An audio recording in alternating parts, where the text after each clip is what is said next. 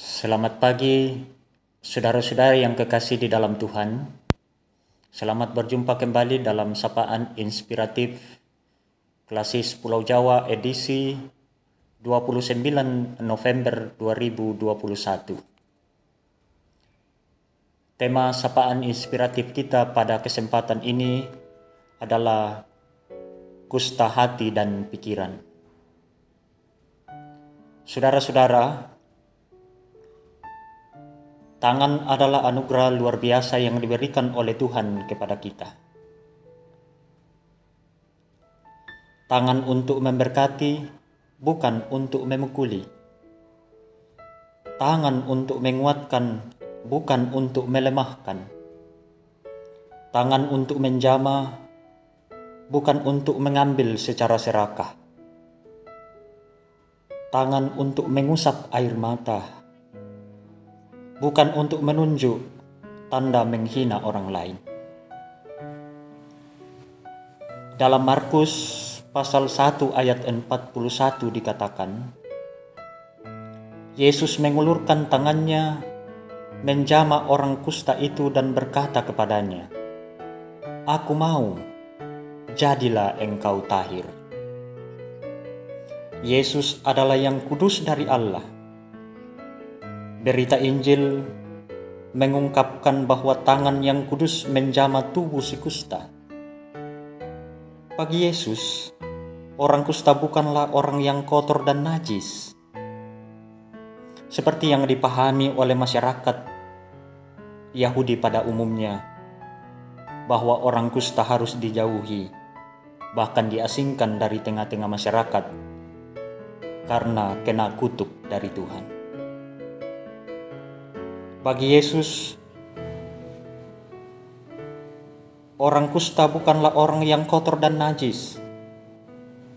Ketika tangannya yang kudus menjamahnya, yang terjadi bukanlah ia tertular kusta dan kenajisannya, tetapi si kusta ketularan kekudusannya dan menjadi sembuh atau tahir. Apakah kita juga sakit kusta? Secara fisik, kulit kita tentu tidak.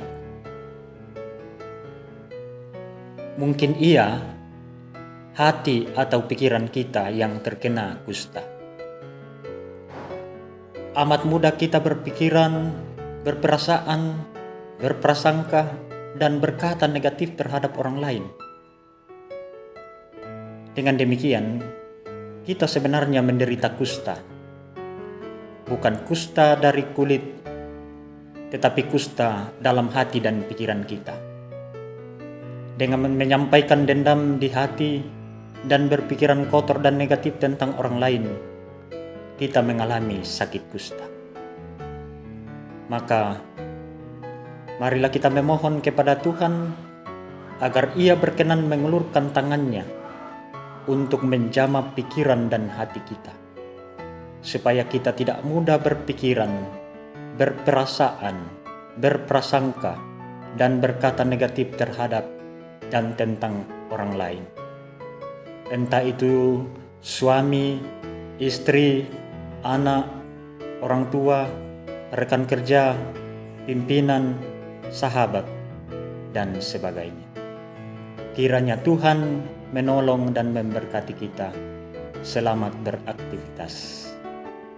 Amin. Mari kita berdoa. Terpujilah Engkau ya Allah dalam kerajaan sorga. Engkau tak putus-putusnya memelihara hidup kami. Kami sungguh menyadari bahwa tak satu pun dalam perjalanan hidup kami yang terlepas dari tuntunan dan pemeliharaan. Berbagai pengalaman hidup kami alami, semuanya karena kasih karunia-Mu dan anugerah. Terima kasih Tuhan, Engkau boleh menyapa kami hari ini. Engkau boleh memperkenankan kami untuk menikmati sukacita dan anugerah dari Tuhan. Untuk melanjutkan hidup karunia Tuhan, melanjutkan setiap tugas dan tanggung jawab kami, pelayanan kami, semuanya karena anugerah-Mu. Perkenankan kami hari ini Tuhan, untuk Tuhan pakai menjadi alat di tangan-Mu, untuk menyatakan kemuliaan-Mu, menyatakan kebesaran-Mu dimanapun Tuhan menempatkan kami.